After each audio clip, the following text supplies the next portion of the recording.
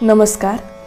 आज 11 जानेवारी ब्रह्मचैतन्य गोंदवलेकर महाराज आपल्या आजच्या प्रवचनात आपल्याला काय सांगतात ते आपण ऐकूया। श्रीराम नामाचे सूक्ष्म स्वरूप। नुसते राम राम म्हणून राम कसा भेटेल हा प्रश्न माणूस सहजच विचारतो आणि त्याला दाखला म्हणून म्हणतो की समजा एखादा मनुष्य नोकरी नोकरी असा जप करीत खोलीत बसला तर त्याला नोकरी मिळणे शक्य आहे का?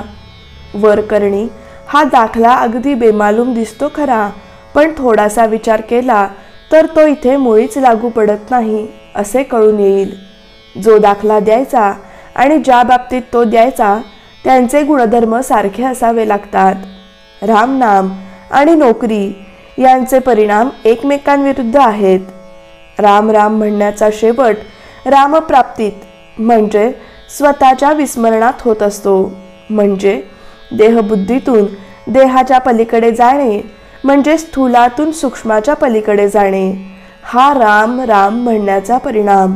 परंतु नोकरीचा प्रकार याच्या अगदी विरुद्ध आहे।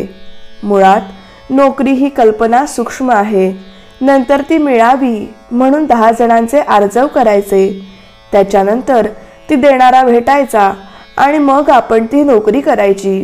म्हणजे नोकरी या कल्पनेतून सूक्ष्मातून स्थूलात जाणे हा नोकरीचा प्रकार। पण राम राम म्हणणे हा प्रकार स्थूलातून सूक्ष्माच्याही पलीकडे जाण्याचा आहे। यावरून नोकरीचा हा दाखला इथे लागू पडत नाही हे स्पष्ट होते।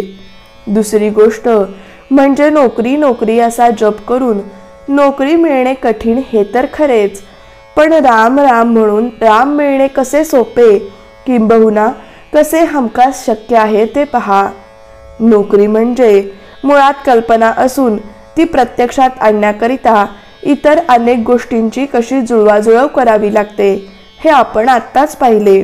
तसेच घर बांधणे ही कल्पना, ती पुरी करून ते घर सर्व बाजूंनी सुखसोयीचे आगर व्हावे या हेतूने सर्व जिन्सा पैदा करून त्यात आणून ठेवणे म्हणजेच कल्पनेतून कृती देण्याचा प्रकार झाला। आता हे करणे किती कष्टाचे आणि अनिश्चित आहे याचा अनुभव सर्वांना आहे। राम राम म्हणण्याचे उद्दिष्ट स्थूलातून सूक्ष्माच्या पलीकडे जाणे हे आहे, म्हणजेच अगदी सर्व बाजूंनी परिपूर्ण आणि भरलेले घर एक एक वस्तू फेकून देऊन रिकामे करण्यासारखे आहे। ही गोष्ट करण्याची इच्छा असल्यास कोणालाही सहज होण्यासारखी आहे। तेव्हा नोकरी नोकरी म्हणून नोकरी मिळणे जितके कठीण तितकेच राम राम म्हणून राम मिळणे निश्चित आहे। सबब राम राम म्हणून राम कसा भेटेल अशी शंका न घेता राम राम जपावे। मनाच्या सर्व दुःखाला कारण देहबुद्धी आहे, ती जायला उपाय एकच, प्रेमाने भगवंताचे नामस्मरण करावे, त्याच्या योगाने सर्व मल जाईल। नामस्मरणच रामाची गाठ घालून देईल। चित्तात तशी तळमळ मात्र पाहिजे, मीपणा टाकावा आणि परमात्म्याचे होऊन राहावे। श्रीराम जय राम जय जय राम, श्रीराम जय राम जय जय राम, श्रीराम जय राम जय जय राम।